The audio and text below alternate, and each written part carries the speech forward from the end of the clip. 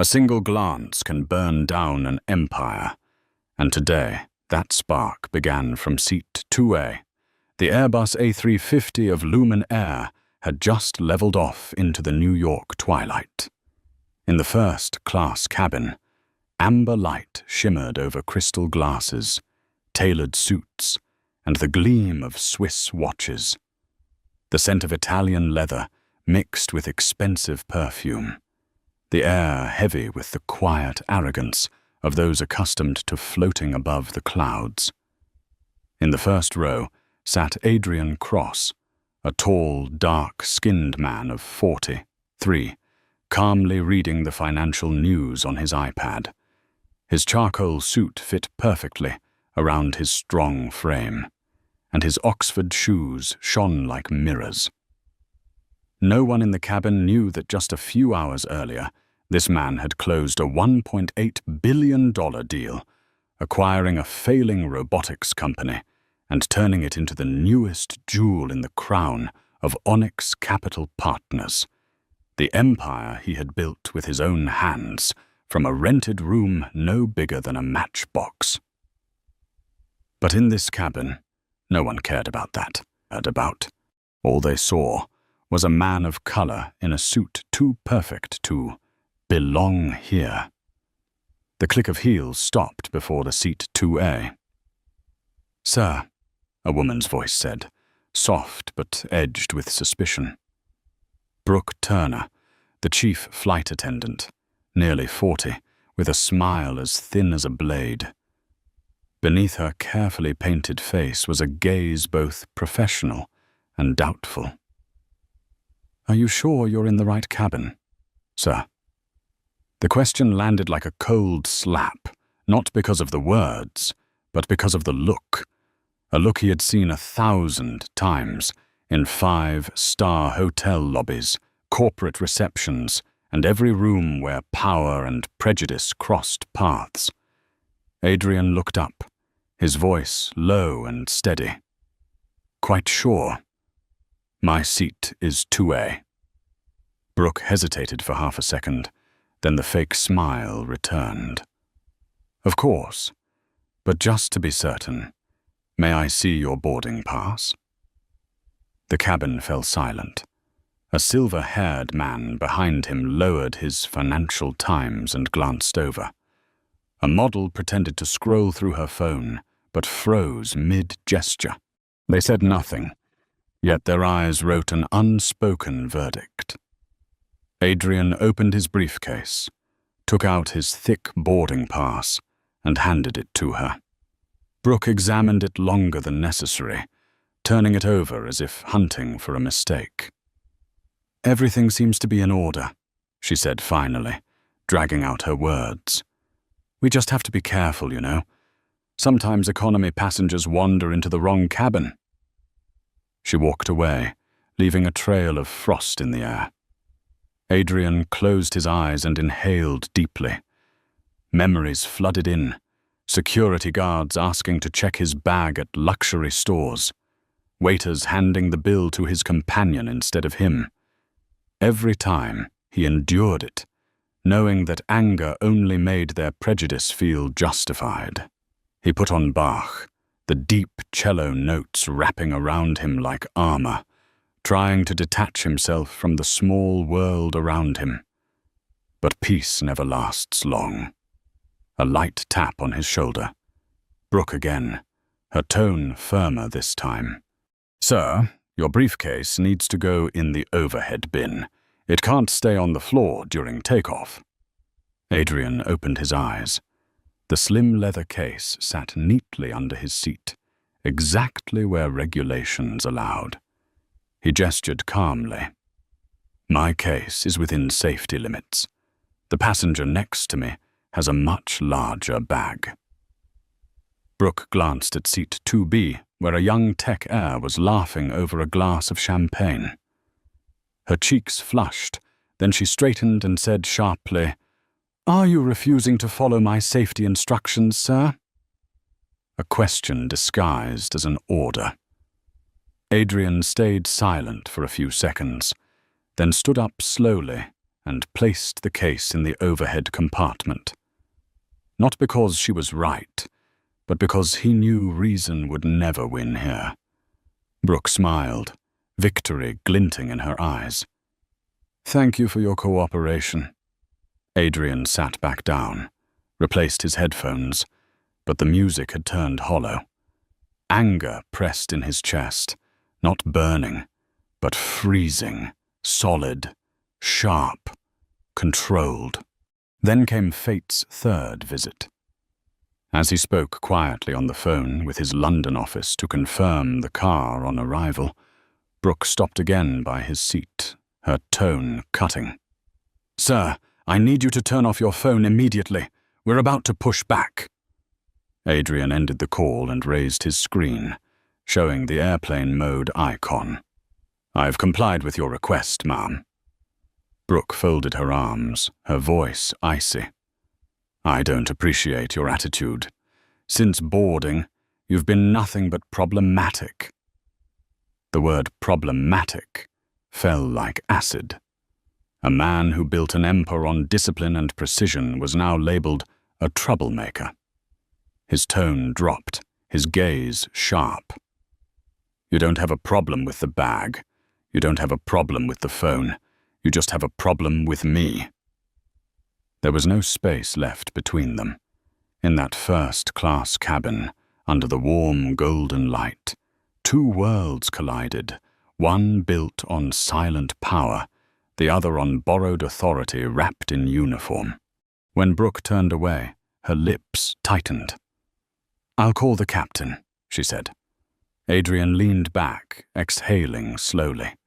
He didn't know that in just a few minutes, the world would witness how one wrong look could bring down an entire airline. He opened his eyes and stared out the window. Along the runway, blue lights slid past the aircraft's body like lines underlining destiny. And in seat 2A sat a man who had just been underestimated by everyone, about to become the most powerful person they would ever fear. The cabin door closed with a dry click. The overhead lights dimmed, turning first class into its own world, quiet, polished, luxurious, and simmering beneath the surface. Adrian Cross closed his eyes, but his mind refused to rest. The cello of Bach still played through his headphones, yet the melody could no longer drown out the coldness tightening in his chest. He was no stranger to prejudice, only this time it was happening in the most expensive corner of the sky, where people believed that money could buy respect. But he knew better. Money couldn't buy fairness. Brooke Turner returned once more. She always picked the worst possible moments. "Sir," her voice syrupy and insincere, "I need to ensure your luggage isn't blocking the emergency exit." Adrian opened his eyes. "I already stowed it."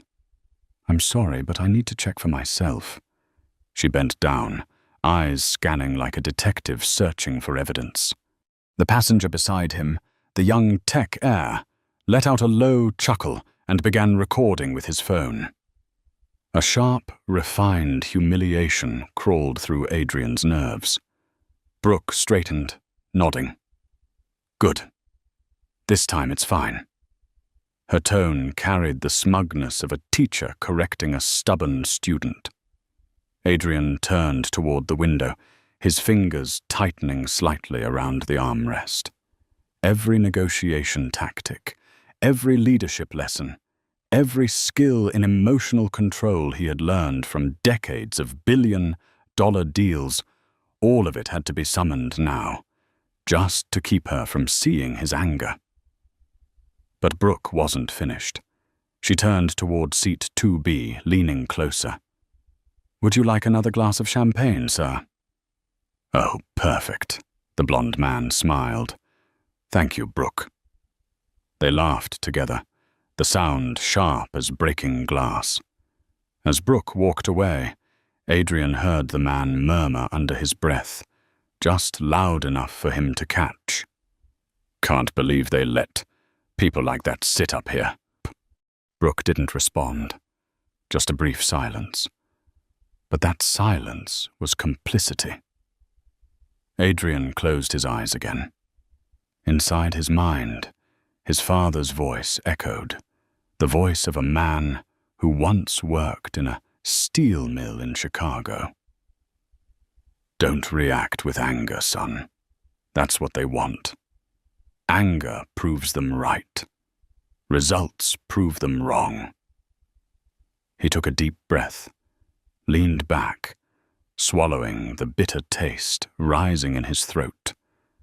But when a bead of cold sweat slid down his temple, he knew his patience was wearing thin. 10 minutes later, as the plane prepared to push back, Brooke's voice cut through the air again, this time sharp as an interrogation. Mr. Cross, I need to confirm that your phone has been completely turned off. Adrian opened his eyes. It's on airplane mode. He held up the screen. We require it to be fully powered down, not just airplane mode. For what reason? For safety. A passenger behind them sighed quietly, clearly growing annoyed. Brooke noticed, but she didn't back down. She needed to assert her power, however small, in this confined kingdom. Adrian let out a quiet laugh, not one of amusement, but the kind of laugh a man gives when he recognizes a game.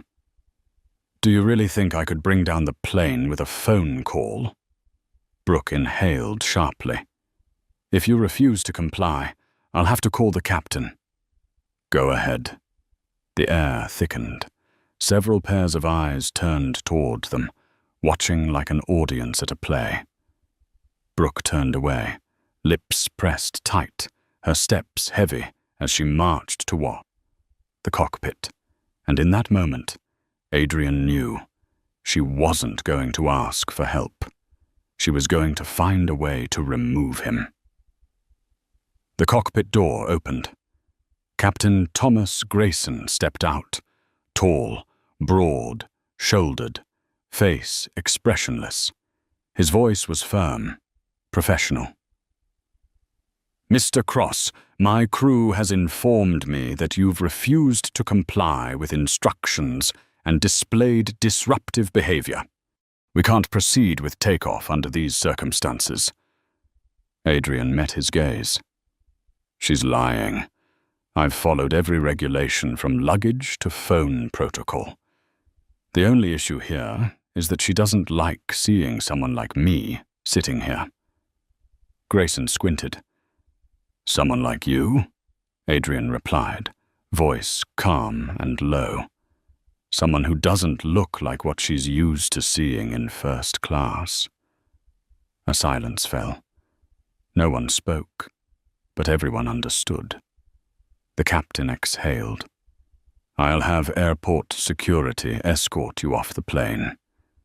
We have a zero-tolerance policy for any behavior that makes the crew feel unsafe. Unsafe? Adrian repeated, a faint smile crossing his lips. I was sitting here, reading the news, listening to bark. If that makes her feel unsafe, the problem isn't me. I'm sorry, Mr. Cross. Please collect your belongings and leave the aircraft. As two security officers approached, Adrian stood slowly. He buttoned his suit jacket, picked up his briefcase. Every movement was calm, so calm it made others uneasy. The cabin light cast across his face, composed, still, resolute. He looked at Brooke, then at the captain, and said softly, You've just made the biggest mistake of your careers. It wasn't a threat. It was prophecy. He turned and walked down the aisle. The sound of his polished shoes striking the cabin floor echoed like a verdict. The door opened, and just before he stepped out, his gaze swept across the cabin. Curious eyes, fearful eyes, even a few pitying ones. He smiled, said nothing. But in his mind, the pieces of a new plan were already forming. As he entered the jet bridge, the cold neon light glinted against his skin. Behind him, Brooke's voice carried faintly through the door, quiet but clear enough for him to hear. So tired of people like that. Adrian paused for half a second. One heartbeat. One breath. Then he walked on, leaving behind the plane and the entire world that, in just a few months, he would own. Fueled by the very contempt they had shown him, the jet bridge felt like a corridor of punishment. Adrian Cross's footsteps echoed evenly against the metal floor, resonating under the cold neon lights. Each step was a heartbeat of restrained fury. Not an explosion, but a steady burn like coals in the wind. Behind him, 2 airport security officers followed, faces blank, professionalism masking indifference. They didn't know who he was. They didn't need to. To them, he was just a disruptive passenger being escorted off the plane. A cheap label stuck to a man worth billions. The door closed behind him. Captain Grayson's voice came through faintly. "We're cleared for pushback. Crew, prepare for departure." First class sank back into silence. But somewhere, someone trembled slightly. The young model in seat 3C. She glanced at the video she had secretly recorded, her hand unsteady. On the screen, Adrian stood, calm, silent, not arguing, not shouting, a dignified man treated like a criminal. She exhaled and hit save. Some instinct told her that clip would matter. Beyond the glass, Adrian stopped in the terminal. He didn't walk on. He stood there, one hand gripping his briefcase handle, eyes fixed on nothing. All his life, he had mastered the art of concealing emotion. But this time, the humiliation wasn't personal anymore. He had once been denied credit, despite his company holding 10 times the collateral of the loan. He had heard partners call him fortunate for his success, but never before had contempt been so naked. A security officer spoke gently. "Sir, please move to the waiting area. We need to complete a report." Adrian turned, his gaze cold as steel. "That won't be necessary. I already know what I'll do next." In the cockpit, Captain Grayson removed his cap and sat down. Brooke Turner stood beside him, still wearing her victorious smile. "Thank you for the support, Captain. I just thought if we didn't act quickly, the flight could have become problematic." Grayson nodded, unmoved. "You did the right thing. Keeping order is the top priority." He was strange. The way he looked at me, it was like he was above you. Grayson smirked. "I meet that type all the time. Climb the ladder too fast, too confident, always assuming people discriminate against them." Brooke gave a small laugh, relieved. She felt she had just defended the integrity of first class, a small victory, but one she was proud of. She didn't know that every word she spoke, every smile she gave, was carving her name into her own sentence. 20 minutes later, as the plane lifted into the clouds, Adrian sat in the quiet of JFK's departure hall. People rushed past, but he stayed still, staring through the massive glass wall where the runway lights blinked like the heartbeat of a giant beast. Inside him, 2 pulses coexisted, one of humiliation and one of calculation. He took out his phone and called the only contact saved under initials. CD. Claire, he said, voice low and deliberate. Change the plan. Change? Where are you? JFK. I'm not going to London anymore. There's something more important. What happened? They just made a mistake, and I've found my next investment target. Claire Donovan, his loyal second in command at Onyx Capital, fell silent for a beat. She had worked with Adrian long enough to know.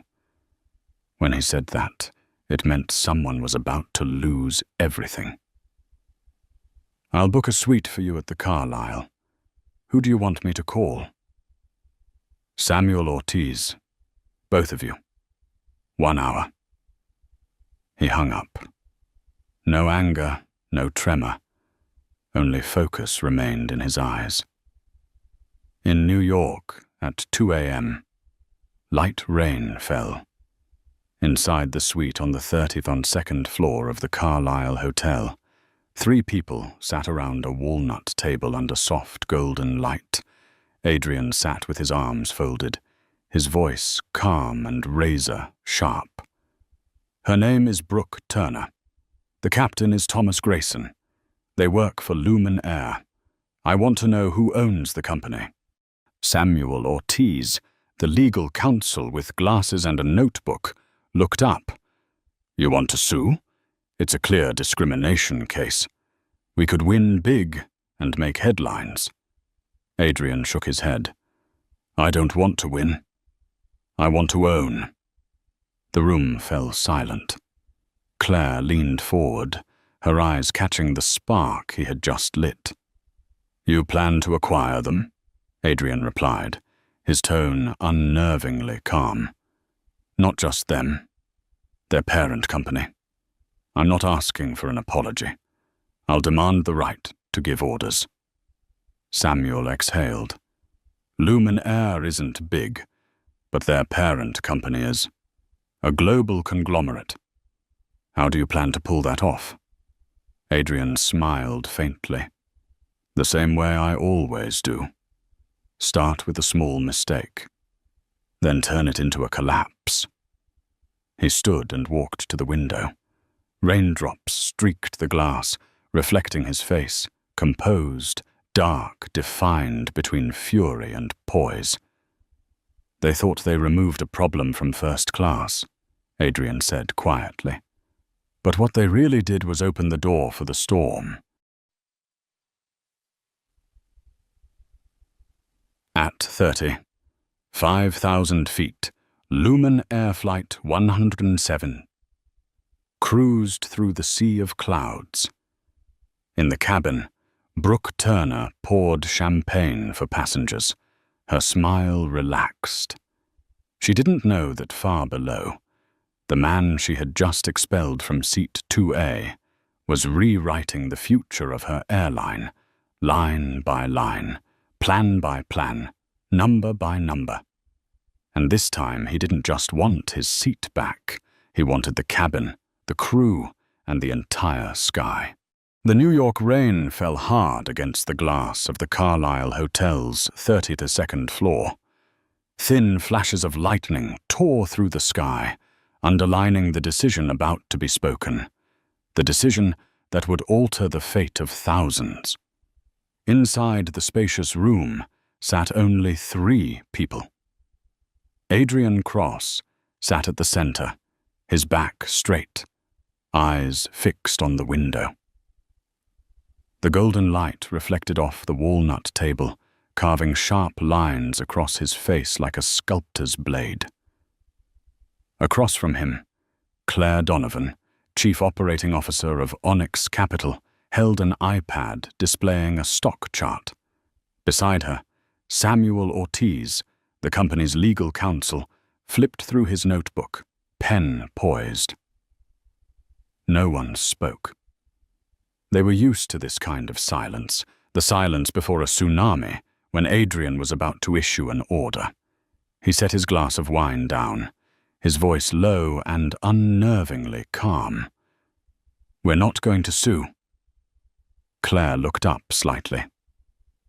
Not sue? Adrian, you were publicly humiliated. The entire cabin looked at you like a criminal. You have video evidence, witnesses, the law on your side. This was blatant racial discrimination. We could win easily. Adrian smiled faintly, but it was a smile laced with irony. Win? And then what?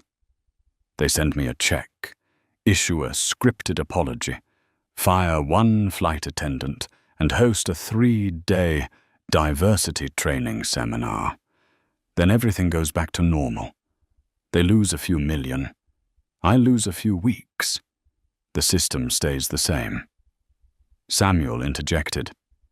But you could make them pay. Take it public, shake the media.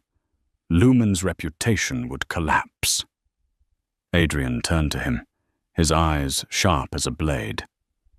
Wrong. I don't want their reputation to collapse.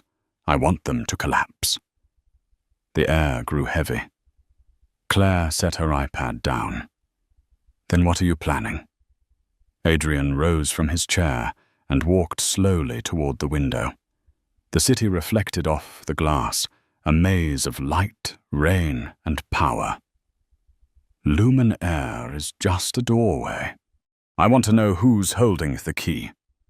Samuel understood instantly. He opened his laptop and began typing rapidly. Lumen Air, subsidiary of Meridian Holdings Group. MHG is publicly listed in London. They own a chain of hotels, a shipping company, and an aviation conglomerate. That's Lumen.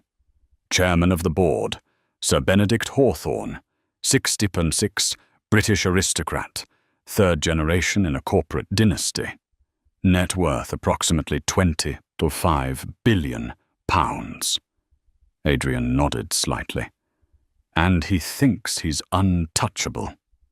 He turned back toward them, his gaze steady. Good. Then we'll buy his throne.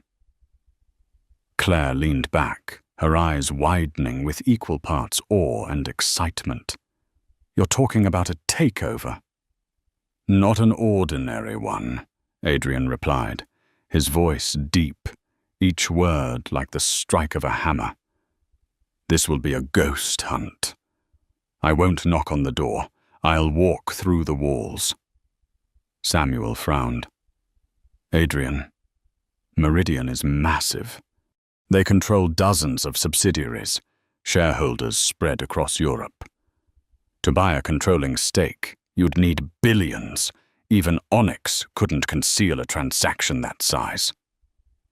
Adrian returned to the table and unlocked his phone, the screen lighting up with streams of financial data. Wrong. We don't need full control yet. We need influence. We'll collect it piece by piece through dozens of shell entities, each holding less than 5%. Below disclosure thresholds, no one will know who we are. By the time they realize, it'll be too late. Claire looked at him, admiration and unease flickering in her eyes. You're talking about a financial coup d'etat? Adrian smiled faintly. No, a structured punishment. I'm going to teach them a lesson about power, not in the sky, but on the ground. Samuel pressed his palms to the table, voice grave. If you do this, you'll make yourself an enemy of the entire British financial establishment. Adrian turned to him, locking eyes. I don't need to be part of their club. I'll buy their club.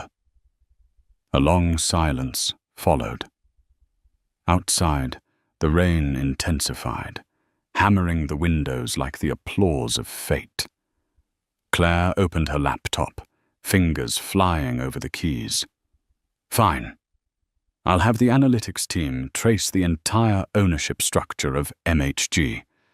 We'll need a list of major shareholders, bond obligations, cash flow statements, and audit reports. And I, Samuel added, will build a network of shell companies in the Caymans, Panama, and Liechtenstein. Everything clean, legal, untraceable. Adrian looked at them and nodded. Do it. We start tomorrow morning. But remember, he paused, his eyes glacial. This isn't just retaliation. This is a test. I want to see if, when pushed to the bottom of prejudice, people still have the courage to rise. When Claire and Samuel left the room, Adrian remained by the window. Lightning flashed, reflecting across his face, the face of a man once underestimated, now ready to deliver judgment. He took out his phone and opened his contacts.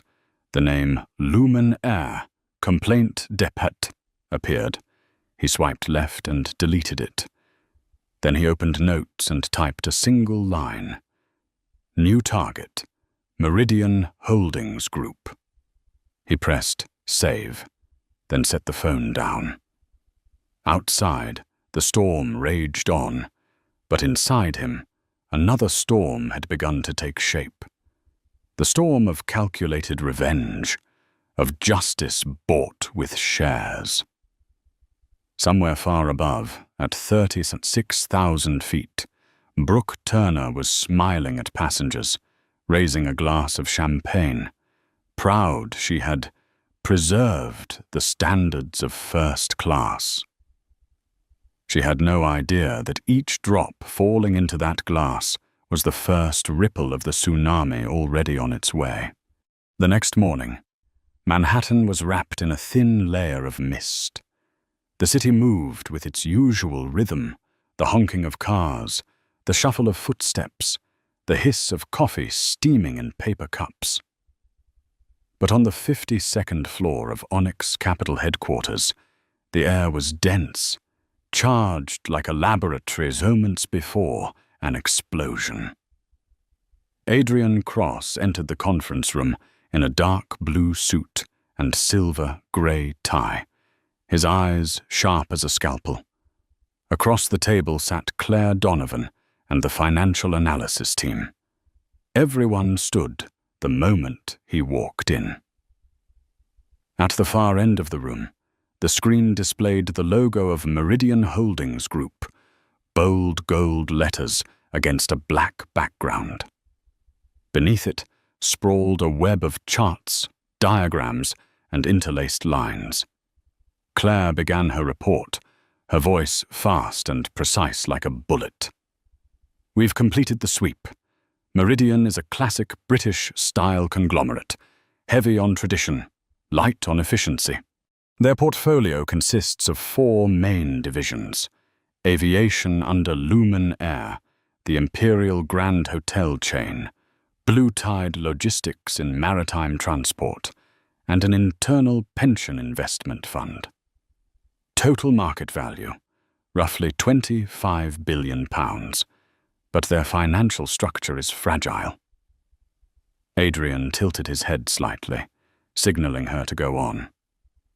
They're carrying over £6 billion in debt from last year's acquisition of the Caravel Hotel. Operating cash flow is weak. Profit margins have dropped 14%. In other words, she paused, looking directly at him with a faint smile.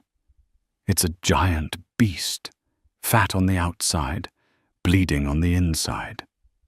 Adrian didn't smile, but a spark flickered in his eyes. Their chairman? Claire tapped to the next slide. A photograph appeared. Sir Benedict Hawthorne, silver-haired, ruddy, faced, a thick gold ring on his hand, smiling at a ribbon. Cutting ceremony. 3rd-generation aristocrat. His father and grandfather were post-war industrial investors. He inherited the chairmanship 12 years ago. The financial press calls him the gatekeeper of the last century. Still writes handwritten letters, hates email, doesn't like outsiders. The MHG board has 11 members.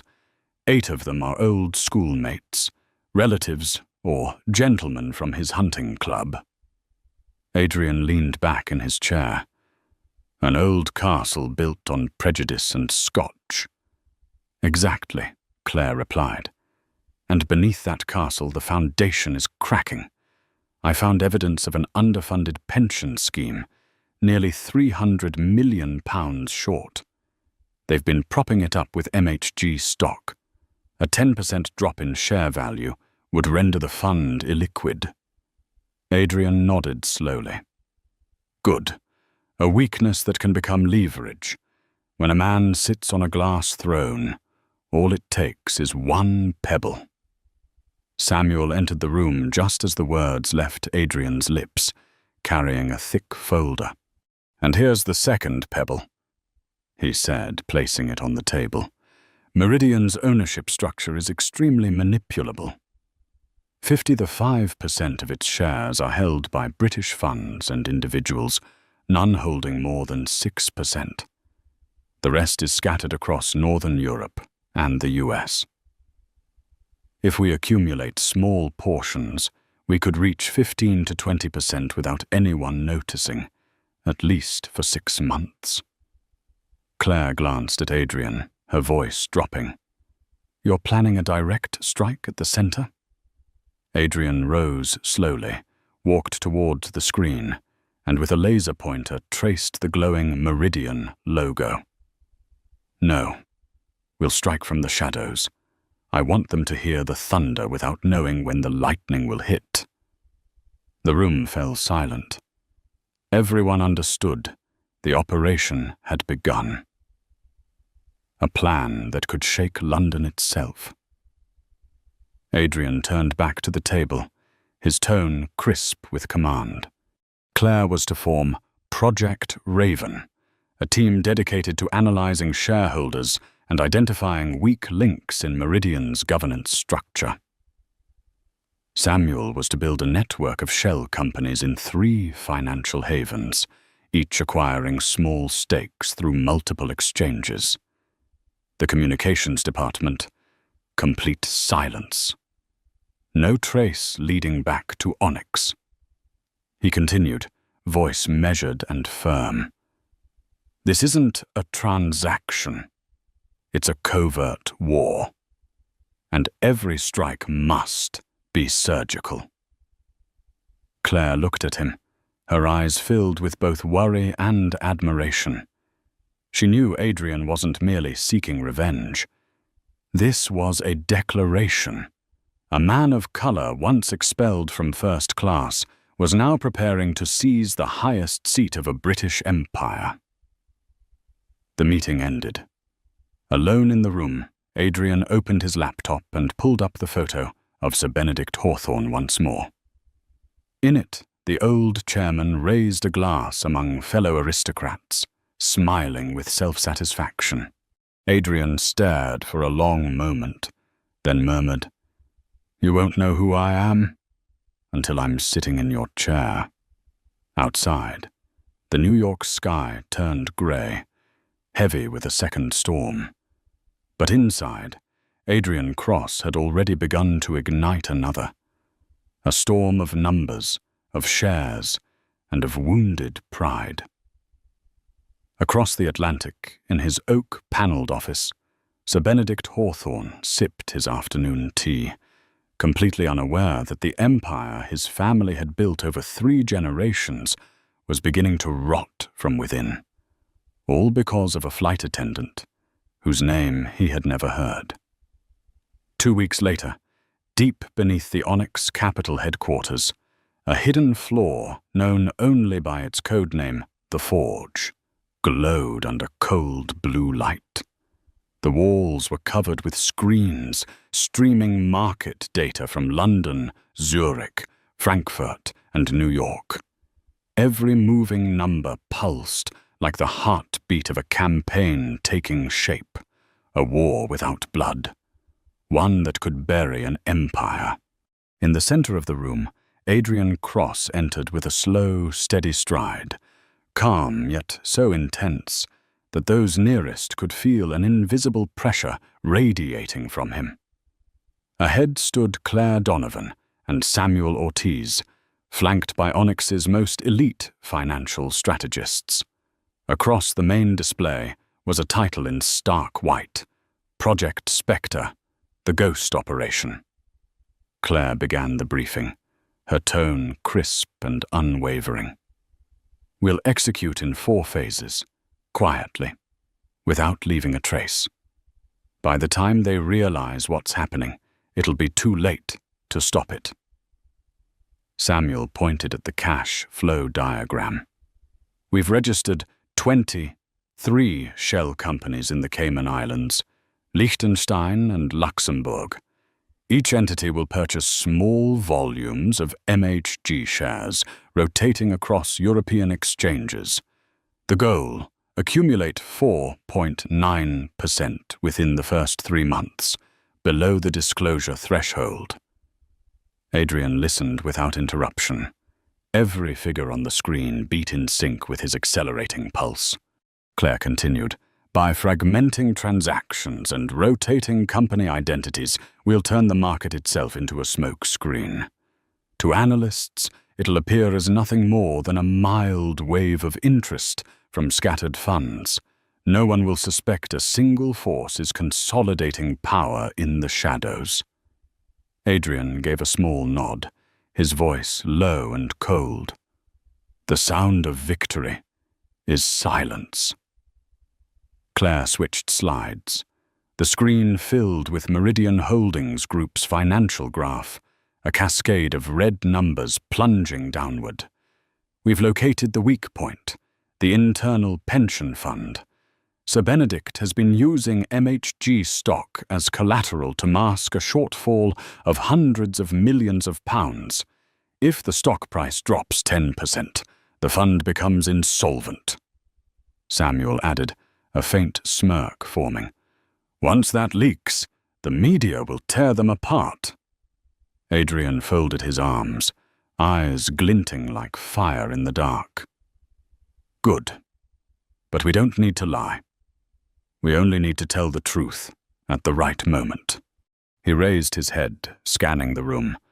We'll let the press know, but not directly. Just an anonymous whisper.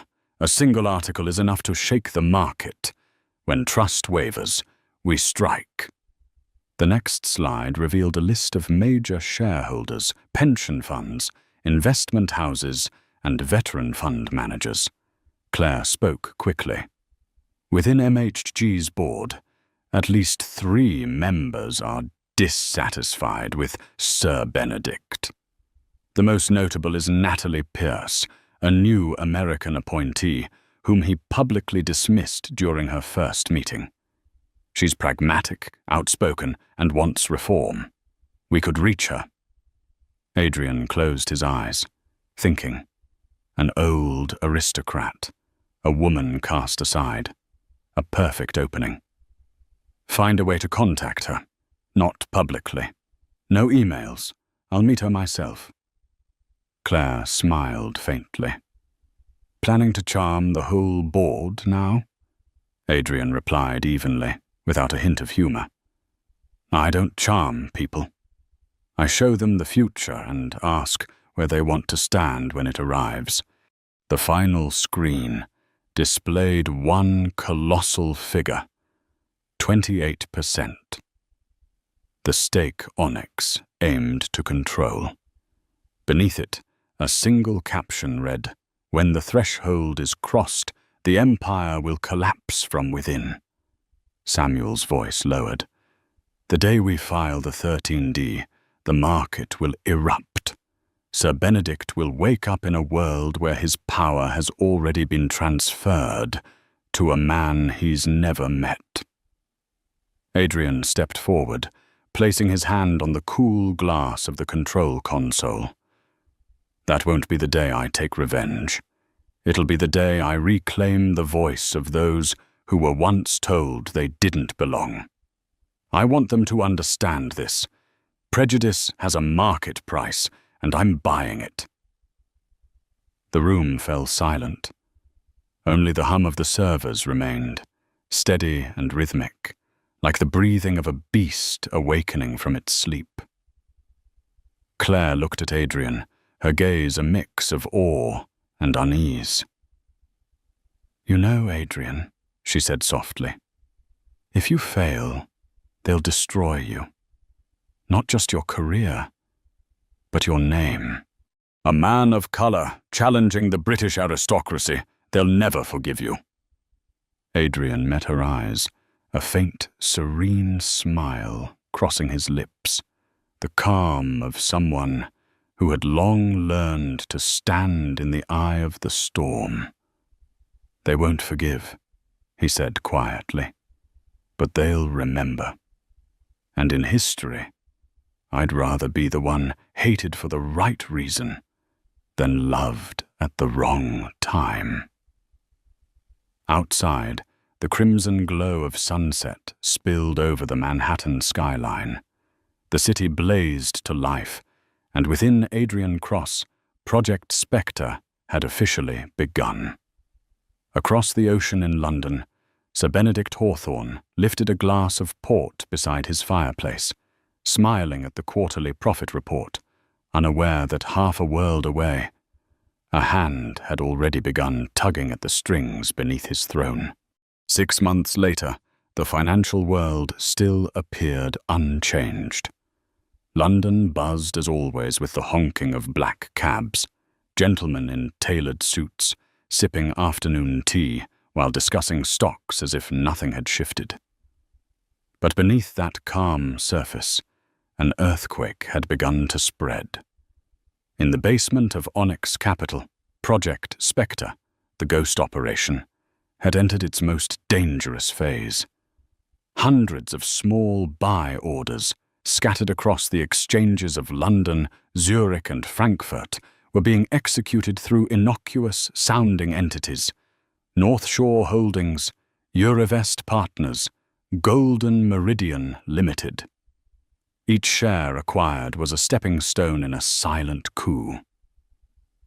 By the end of the second quarter, Adrian Cross and his team had quietly accumulated 4.9% of Meridian Holdings Group, just low enough to avoid detection, yet powerful enough to wait for the right moment to strike. One late evening, the white lights of the forge reflected off Claire Donovan's face as she typed non-stop, the string of numbers flickering like the heartbeat of a living organism. When the chart was complete, she turned, eyes gleaming as if she had discovered gold veins in stone. "I've found the weakness," she said. Adrian, standing by the window listening to classical music through his headphones, lifted his head. "Which weakness?" "Not Lumen Air, not the Imperial Hotels, the Internal Pension Fund." She activated the main screen. It flared red with collapsing trend lines. "Sir Benedict has been using MHG stock as collateral to cover the pension shortfall. They overvalued projected returns, and the fund is reinvesting directly into MHG shares. A mere 10% drop in stock value would make the fund insolvent." Samuel Ortiz exhaled, muttering, "A ticking time bomb." Claire's thin smile sharpened. "We just have to flip the switch." 2 days later, Adrian sat in his Manhattan apartment, calling through an encrypted line to a man in London, Michael Davies, a veteran journalist at the Financial Times. "Michael," he said, his tone low and even, "I hear Meridian Holdings is still using pension spreadsheets from 1999. Davies chuckled. "You got a source?" "Just someone who likes financial justice." Adrian ended the call without another word. 2 weeks later, the article exploded onto the front page. "The Gilt-Edged Gamble, Meridian Holdings Pension Fund on the Brink." The report was so detailed it rocked the financial community. It exposed Sir Benedict Hawthorne's mismanagement, revealing how he had used imaginary profits to cover real losses. and warned that thousands of employees could lose their pensions if the market turned. Within a day, MHG's stock plunged 5%. The next day, another 8%. The media swarmed, investors panicked, and analysts began calling MHG the Titanic of the 21st century.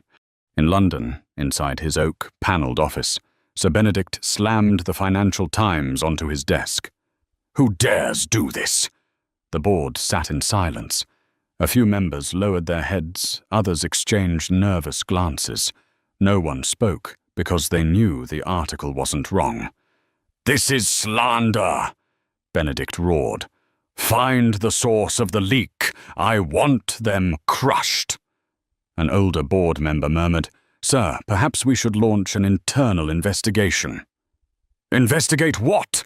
Benedict barked. "I know who's behind this. The Americans. Those hedge fund vultures circling our carcass." He didn't realize that the vulture he cursed was already flying right above his head.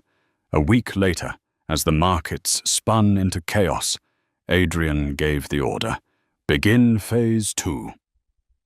The Onyx shell companies moved in unison. As terrified investors dumped their shares, Adrian bought them all. Each small block of stock was quietly absorbed, the surging volume dismissed as normal market reaction. Within 20 days, Onyx's ownership had risen from 4.9% to 15.2%. No one noticed. No paper reported it. Claire studied the numbers and smiled. "We've just become Meridian Holdings' largest shareholder, and they still think they're safe." Adrian's eyes hardened like steel.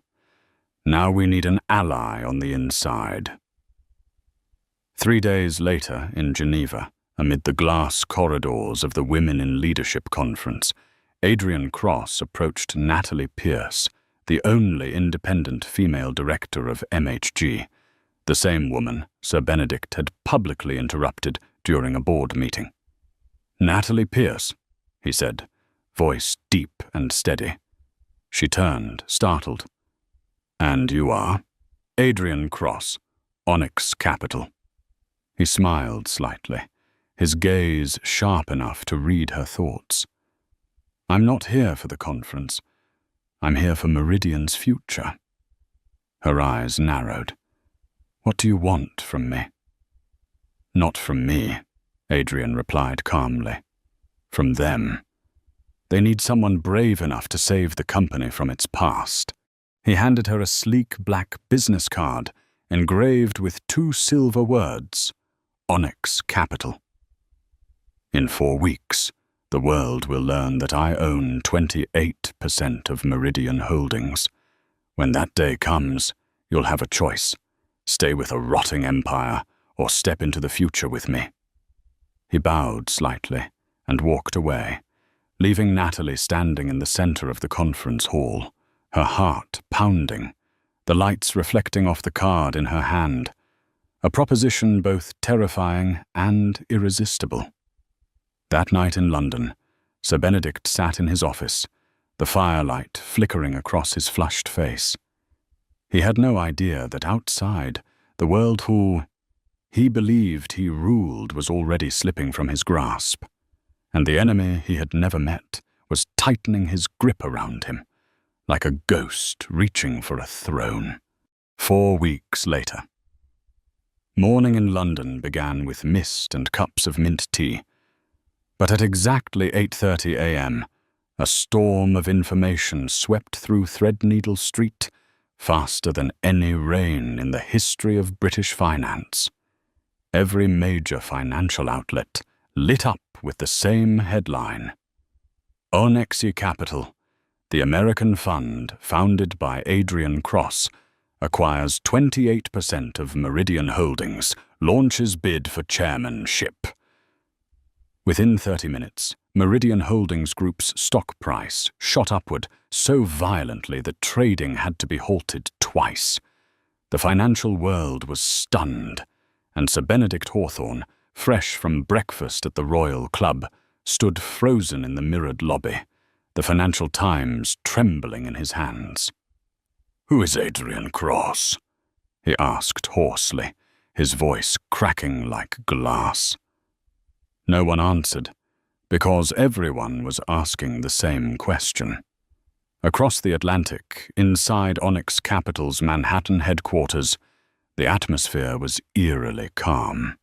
Adrian sat at the center of the boardroom, with Claire Donovan and Samuel Ortiz on either side. On the massive screen in front of them, dozens of news channels played simultaneously: CNBC, Bloomberg, BBC, Sky News, all repeating his name. Claire smiled, a mixture of pride and disbelief. The world just woke up to discover that the man they threw out of seat 2A is now sitting in their chairman's chair.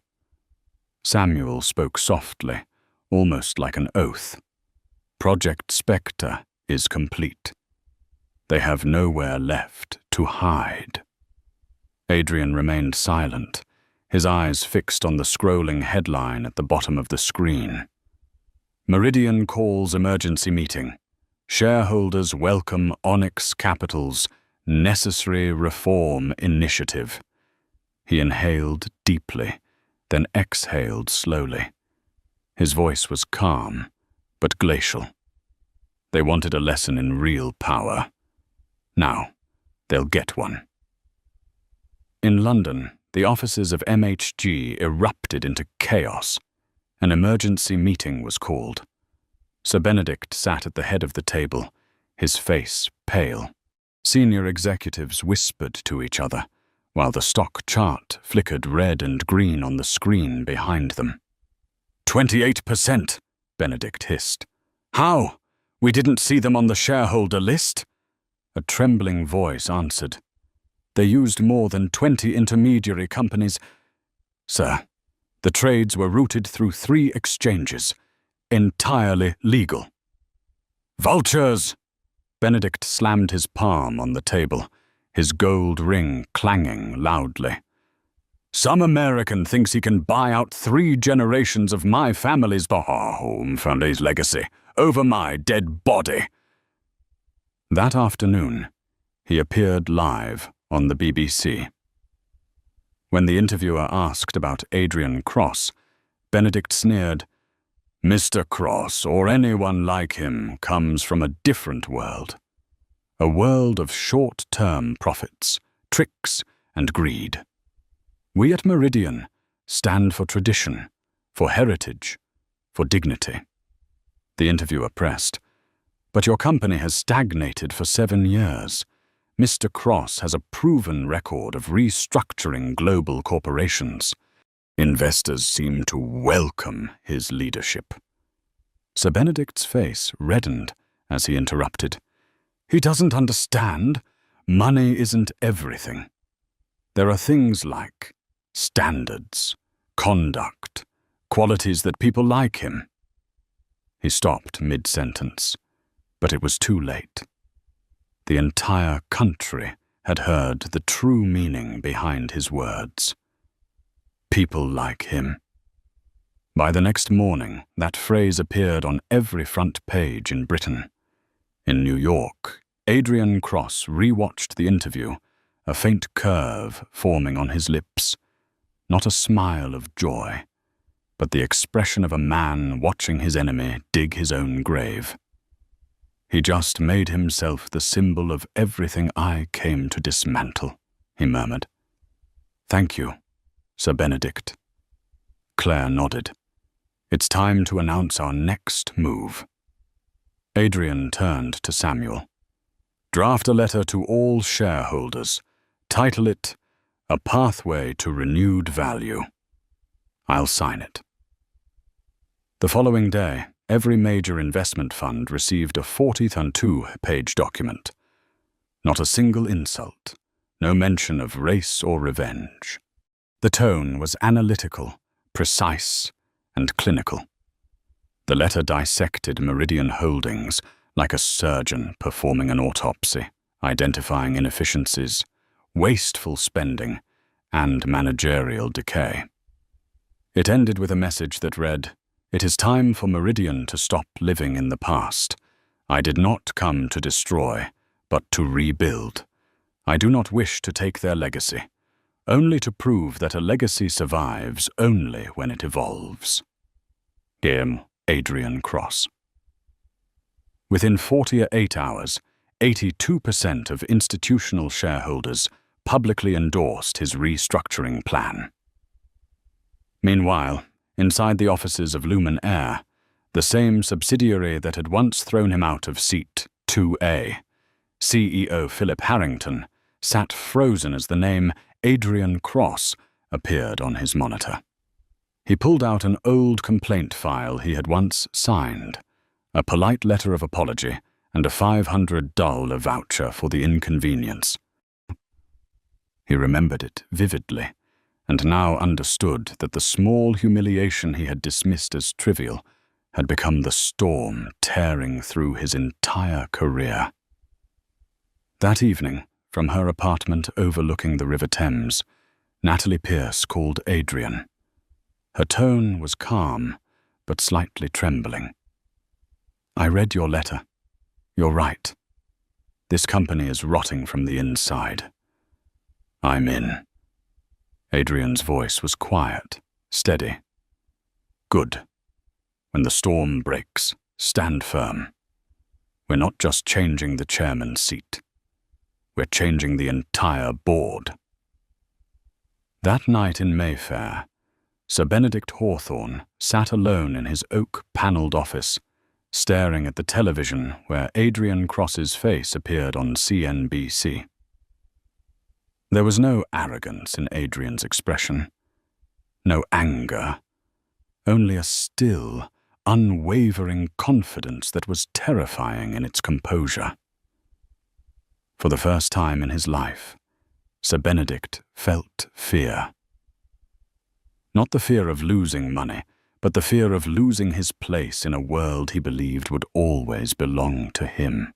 And he had no idea that by the next morning, Adrian Cross would step onto the stage at the extraordinary shareholders' meeting, and with a single speech lasting less than 5 minutes, bring down a 3-generation empire. Morning in London. The day of reckoning. Outside the Savoy Hotel, rows of luxury cars lined the Strand. Reporters crowded the entrance, cameras flashing endlessly. Amid the crowd gleamed a brass plaque engraved with the words, "Special Shareholders Meeting, Meridian Holdings Group." Inside, the Grand Hall had been transformed into a vast conference chamber. The walnut-panelled walls and chandeliers reflected a cold brilliance across hundreds of faces, investors, lawyers, journalists, and those gathered to witness the fall of an empire. In the front row, Sir Benedict Hawthorne sat upright, his face composed, though his hands trembled faintly beneath the table. Across the room, Adrian Cross entered with Claire Donovan, Samuel Ortiz, and Natalie Pierce. His gaze swept across the crowd, not proud, not angry, but calm, the look of a man who already knew he had won. A wave of murmurs rose. Eyes turned toward him. That's him, the American, the man who bought all of Meridian just to teach them a lesson. The moderator struck the gavel. "We are here today to vote on the proposal to remove the current board of directors and chairman." Sir Benedict stood, his voice deep but strained as he tried to preserve a sense of authority. "Ladies and gentlemen, I have devoted my life to Meridian. This company is not just a financial institution. It is the legacy of 3 generations of Englishmen. Do not let an outsider with deep pockets and arrogance destroy what we have built. Meridian is not a toy for speculators." Scattered applause followed, mostly from his aging allies in the front row. Benedict drew a breath, his voice shaking. They speak of profit and numbers. I speak of dignity. We cannot let this company fall into the hands of someone who does not understand who we are. His final words fell into a heavy silence. Many turned toward Adrian, the dark-skinned man, 3 decades younger than Benedict, seated calmly with his fingers interlaced on the table. Then he stood. Adrian Cross walked to the podium. The room fell completely silent. He carried no papers, no teleprompter, only the voice of someone who understood the weight of every word. "Good morning, ladies and gentlemen," he began, his rich Anglo-American tone steady and deliberate. "Sir Hawthorne just spoke about history. I will speak about the future." A pause.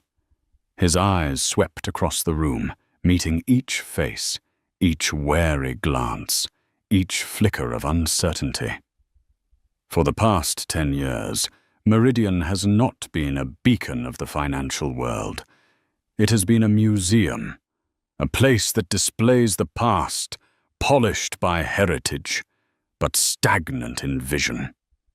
And while you sit here speaking of honor, your employees are losing faith, your investors are losing money, and your pension fund is breaking apart. A few heads lowered. The faint rustle of papers echoed. "I am not here to destroy Meridian," Adrian continued, his voice growing firmer with each word. "I am here to save it from its own complacency. We will restructure, cut away the waste, sever the rotten ties. We will replace tradition with accountability and legacy with results."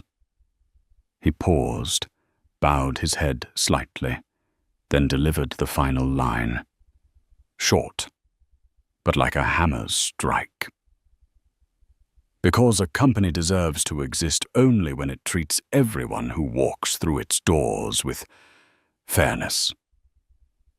Silence gripped the room. Then a single clap. Then another. Within seconds, the hall rose to its feet, applause crashing against the ceiling like thunder. Sir Benedict Hawthorne sat frozen, his face pale as chalk. He understood. It was over.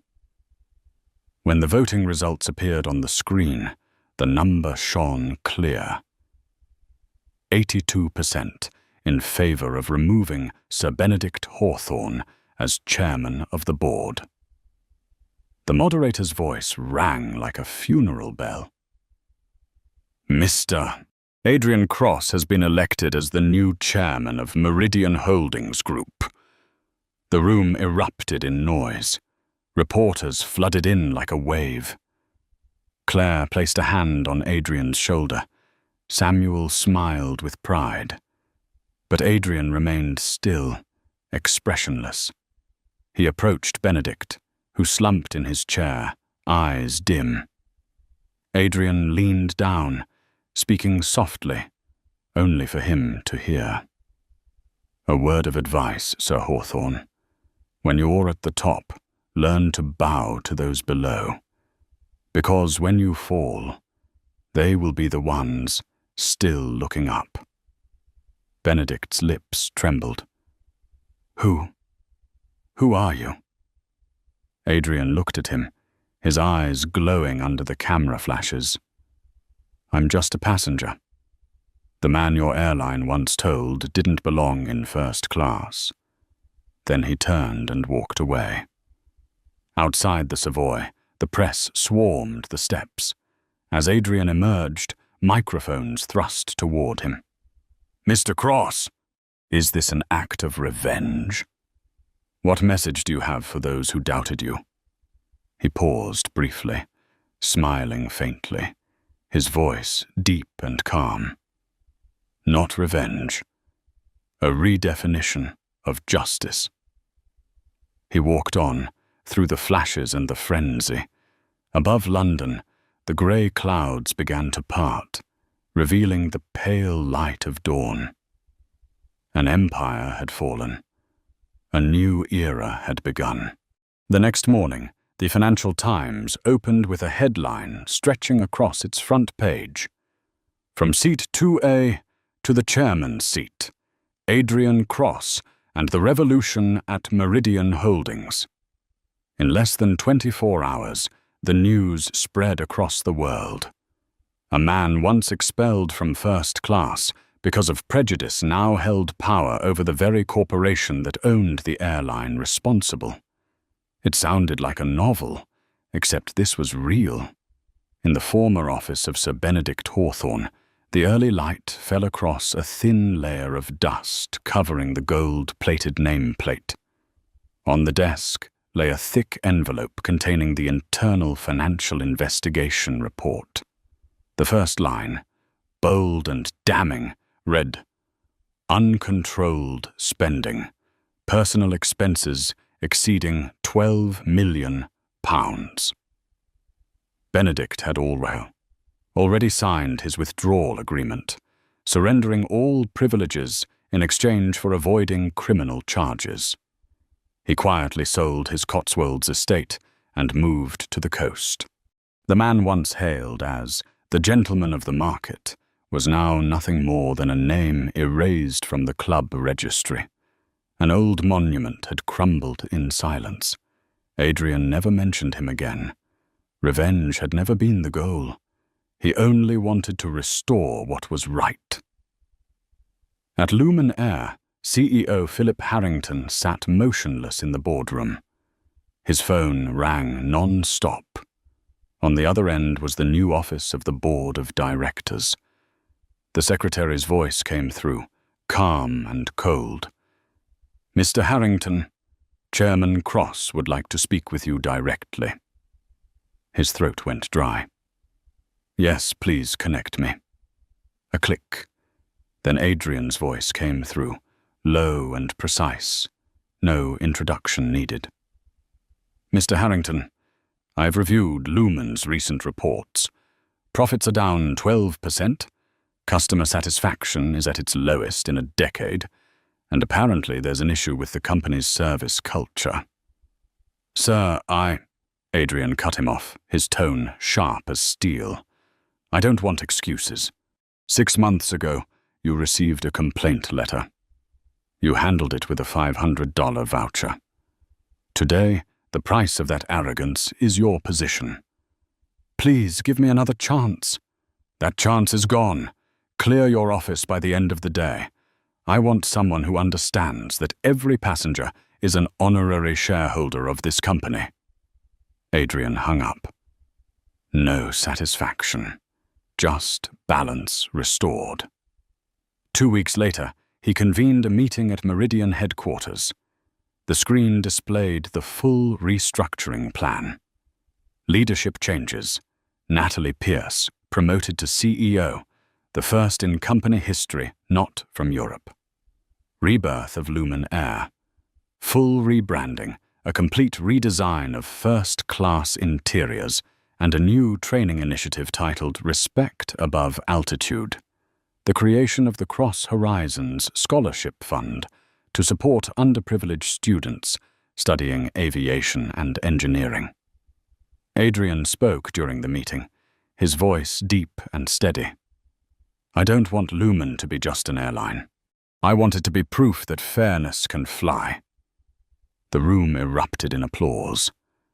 Not out of fear, but belief. 3 months later, Brooke Turner, the former chief flight attendant, who once threw him out of seat 2A, sat in her small New Jersey apartment. She had just been fired. A headline was spreading online. Airline Karen fired after viral discrimination scandal.